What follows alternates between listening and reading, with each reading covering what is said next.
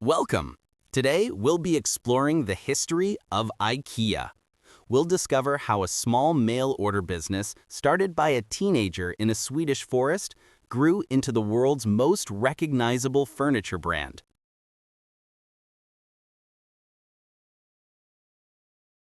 Our story begins in 1943. IKEA was founded in Älmhult, Sweden, by a remarkable 17-year-old named Ingvar Kamprad. The name IKEA itself is not a Swedish word, but a clever acronym. I and K are the founder's initials, Ingvar Kamprad. E stands for Älmhult, the family farm where he grew up, and A represents Agunnaryd, his home village. This name grounds the global brand in its humble, personal origins. The year 1956 marked a pivotal moment for IKEA and the entire furniture industry. Designer Gillis Lundgren had an aha moment when he realized a Lovet table was too big to fit in his car. The simple idea was to remove the legs. This led to the birth of the flat pack concept, shipping furniture disassembled. This innovation drastically reduced costs, prevented shipping damage, and, most importantly, empowered the customer to be part of the process.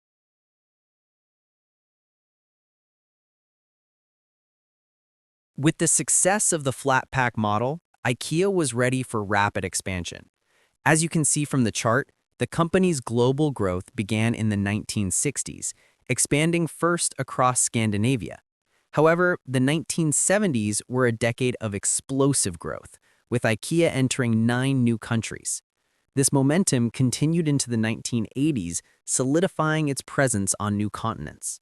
Moving into the modern era, IKEA has continued to evolve. In 1997, the launch of the IKEA website marked its first major step into e-commerce. The 2000s saw the company embrace sustainability with a greener blueprint, investing heavily in renewable energy and responsible sourcing. A significant moment came in 2018 with the passing of founder Ingvar Kamprad at the age of 91. And in 2020, after a 70-year run, IKEA discontinued its iconic print catalog to fully embrace a digital-first strategy. So, where does IKEA stand today? It is a global phenomenon. The company operates over 470 stores in more than 60 countries, employing over 230,000 coworkers. Its digital presence is equally massive, with over 5 billion annual website visits. To put its scale into perspective, the iconic Billy bookshelf is so popular that it's estimated one is sold every 5 seconds somewhere in the world. Now, let's look at the philosophy behind this success. The IKEA blueprint is built on a simple yet powerful vision: to create a better everyday life for the many people. This isn't just a marketing slogan, it's the guiding principle that shapes every aspect of the business, from product design all the way to customer assembly.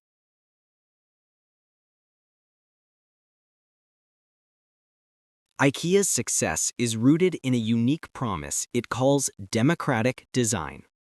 As this radar chart illustrates, this philosophy is about perfectly balancing 5 key dimensions: form, function, quality, sustainability, and low price. Each element is given equal importance, ensuring that no single aspect is compromised. This holistic approach is what makes well-designed products accessible to everyone. On the left, we see the key activities that drive IKEA's low-cost model. It starts with cost-conscious design, followed by high-volume global sourcing from partners in over 50 countries. The iconic flat-pack logistics are a cornerstone, minimizing shipping and storage costs. Finally, the self-service, warehouse-style retail model reduces the need for sales staff, passing savings to the customer. On the right, the chart shows how these activities contribute to cost leadership. As you can see, flat packing and customer assembly are the 2 most significant factors, fundamentally changing the economics of the furniture industry by shifting labor and shipping costs away from the company. This slide shows us who IKEA's customers are and where its revenue comes from. The primary customer segments are the global middle class and cost-conscious consumers, which form the bedrock of their customer base. The model is also perfectly tuned for students, young adults, and DIY enthusiasts. In terms of revenue, the vast majority comes from product sales. However, IKEA food services are a surprisingly profitable secondary income stream designed to enhance the shopping experience and extend store visit times. The entire IKEA model is built on a unique, unspoken partnership with its customers. It's a clever division of labor. IKEA's part is to design stylish furniture, source materials sustainably, manufacture in high volume, and pack everything flat for efficiency. In return, the customer's part is to drive to the store, pick the products, transport them home, and assemble the furniture themselves. The mutual benefit is the significant cost savings enjoyed by the customer. While IKEA's flat pack revolution changed the game, the company doesn't operate in a vacuum. The modern furniture market is now a fierce arena, with rivals attacking from every angle. Let's summarize IKEA's position. Founded in 1943, its identity is built on Scandinavian design for the masses. Its four core pillars are DIY assembly, affordable pricing, warehouse stores, and its democratic design philosophy. Key strengths include its global brand power, cost leadership, and unique in-store experience. On the other hand, its weaknesses can include complex assembly, a standardized style, and sometimes inconvenient store locations.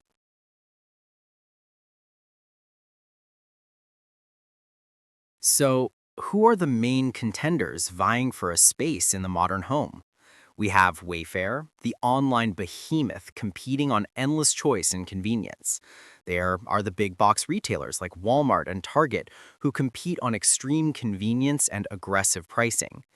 We also have premium brands like West Elm or Crate and Barrel, which target affluent customers with superior quality and curated design. Finally, there's Amazon, the everything store, competing with unbeatable logistics, speed, and a vast marketplace. This radar chart visualizes how IKEA stacks up against its competitors across key attributes. IKEA, in blue, shows a strong focus on a low price point and a DIY model. In contrast, premium brands, in orange, excel in quality but at a much higher price. Wayfair, in purple, competes strongly on style variety and convenience, while big box retailers, in pink, dominate on low price and convenience, but less so on quality or unique style. This chart clearly shows the distinct strategies in the market. This bubble chart maps the competitive landscape based on two key axes: the price point, from low to high, and the shopping experience, from in-store to online. The size of each bubble represents the perceived breadth of product selection. We can see IKEA positioned with a lower price point and a predominantly in-store experience. Wayfair and Amazon occupy the online space, with Wayfair having a larger product selection. This map helps illustrate the different niches each major player occupies. So what is the bottom line? IKEA remains a dominant force in affordable, design-forward furniture. However, its continued success now hinges on adapting to the e-commerce era and proving that its unique in-store model is still worth the trip and the assembly time. The challenge is clear: innovate or risk being outmaneuvered by more convenient, specialized, or cost-effective rivals. Moving from the competitive landscape, let's now take a snapshot of IKEA's financial health, key challenges, and strategic direction in this dynamic global market. IKEA's financial performance shows a solid foundation. In fiscal year 2023, total retail sales reached 47.6 billion euros, demonstrating strong demand. The physical stores remain a cornerstone of the strategy with over 860 million in-store visits. The company maintains a dominant physical presence with 473 stores in 63 markets. Importantly, e-commerce now accounts for 23% of total sales, highlighting a successful and growing digital transformation. This chart further illustrates the blend of IKEA's sales channels. While physical stores are still the primary revenue source, that 23% share from e-commerce represents a critical component of their growth and future strategy. Even a global leader like IKEA must navigate significant obstacles. Four primary challenges are shaping its strategic decisions. First, inflation and rising costs are compressing profit margins. Second, supply chain complexity, driven by geopolitical and logistical disruptions, creates risks for product availability. Third, fierce digital competition from online-only retailers demands constant innovation. And finally, the sustainability imperative requires substantial investment to shift from fast furniture to a circular business model. In response to these challenges, IKEA is actively implementing several key strategies. First is omni-channel expansion, investing in smaller city center stores and enhancing click and collect services. Second is a bold ambition to be climate positive by 2030, reducing more greenhouse gas emissions than its value chain emits. This is visualized in the chart, showing a strong ramp-up in the use of renewable and recycled materials.